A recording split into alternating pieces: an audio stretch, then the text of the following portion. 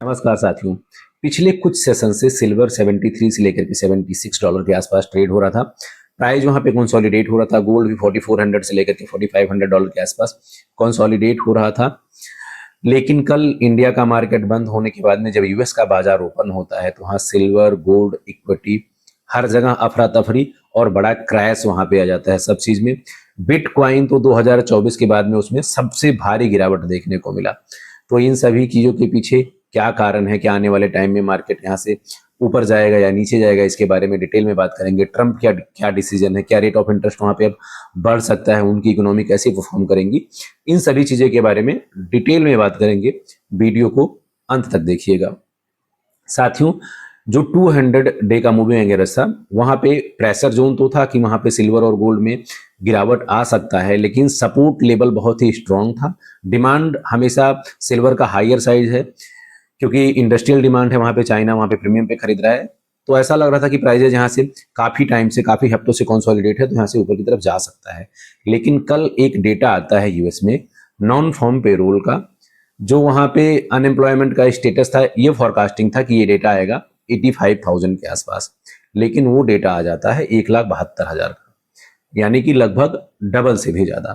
तो ये डेटा आने के बाद मार्केट ने ऑब्जर्व किया कि अब रेट ऑफ इंटरेस्ट बढ़ जाएगा, जिसके कारण सिल्वर गोल्ड में भारी बिकवाली आई। और सिल्वर गोल्ड ही नहीं, वहां के इक्विटी मार्केट, चाहे डाउ जोन्स हो या फिर आपका एसएनपी हो या फिर आपका जितने भी वहां पे है एनएसडेक को लेकर के, सब में भारी बिकवाली देखने को मिली। बिटकॉइन में भी बिकवाली देखने को मिली।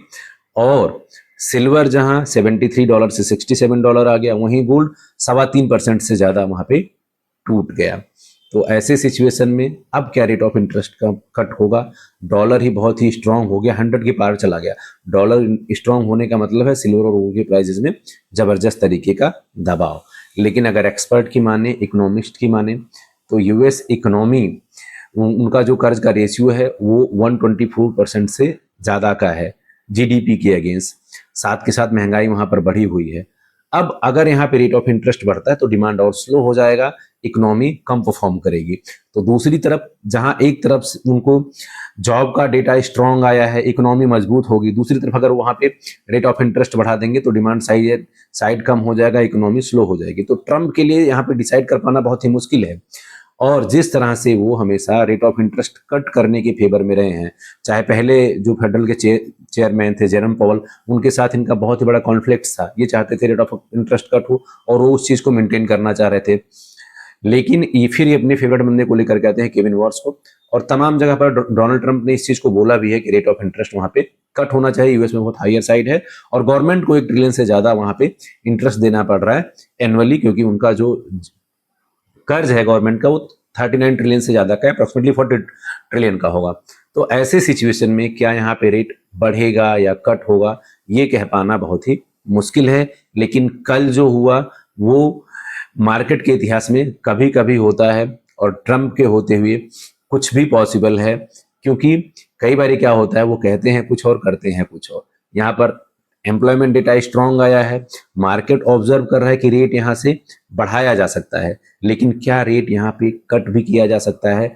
आप कमेंट करके बताइए, क्योंकि आप लोग भी ट्रम्प को बहुत ही क्लोजली मॉनिटर कर रहे हो। क्योंकि पिछले जिस तरह से जियो पॉलिटिकल टेंशन बढ़ा है, पूरी दुनिया में अफरा तफरी मची है, उसके पीछे कहीं ना कहीं यूएस और ट्रम्प का बहुत बड़ा वहां पे रोल है। अब बात करें साथियों अगर इंडिया की, तो इंडिया में जिस तरह से एफआईआईज लगातार बिकवाली कर रहे हैं, हालांकि डीआईआईज का यहाँ पे सपोर्ट मिल रहा है। गवर्नमेंट ने कल आरबीआई की जो पॉलिसी मीटिंग के बाद में जो उन्होंने मिनट्स जारी किए मीटिंग का, उसमें उन्होंने काफी अट्रैक्टिव प्लान लेकर के वो आए हैं, स्पेशली एफआईआईज के लिए। उनको उन्होंने टैक्स में रिबेट दिया, साथ के साथ उन्हें इंडियन बॉन्ड में इन्वेस्टमेंट करने का ऑफर दिया, क्योंकि इंडियन बॉन्ड का जो रिटर्न है वो काफी अट्रैक्टिव है अगर आप फॉरेन के बॉन्ड से कंपेयर करोगे तो क्या यहाँ पे अब इंडियन गवर्नमेंट आरबीआई एफआईआईज को रोकने में कामयाब हो पाता है कि नहीं हो पाता है, या लगातार यहाँ से बिकवाली जारी रहेगा, क्योंकि अपना इक्विटी मार्केट जबरदस्त तरीके के प्रेशर में है। दूसरी तरफ जब मंडे को मार्केट ओपन होगा तो सिल्वर में आपको 7 से 8% डाउन साइड ओपन होगा, गोल्ड भी 3% से ज्यादा का डाउन साइड होगा। लेकिन ये शॉर्ट टर्म का ट्रेंड है, जैसा कि आप लोगों को पता है ट्रम्प के बारे में, यूएस के मार्केट के बारे में और सिल्वर के शॉर्टेज के बारे में। तो एक चंक्स में बाइंग की अपॉर्चुनिटी है ऐसे साथियों के लिए जिन्होंने अभी तक सिल्वर और गोल्ड में इन्वेस्टमेंट नहीं किया है। दूसरी तरफ जिनका इन्वेस्टमेंट ऑलरेडी है वो पोर्टफोलियो को डाइवर्सिफाइड रखें, पैनिक सेलिंग ना करें, वेट करें, क्योंकि अभी से 2 से 3 हफ्ते पहले सिल्वर $89 तक गया था, अब $67 आ गया। तो ये यहाँ पे अपॉर्चुनिटी भी अगर आप देखोगे तो, क्योंकि वहां से $20 के आसपास का एक बहुत बड़ा रेंज होता है, $20 से $25 का।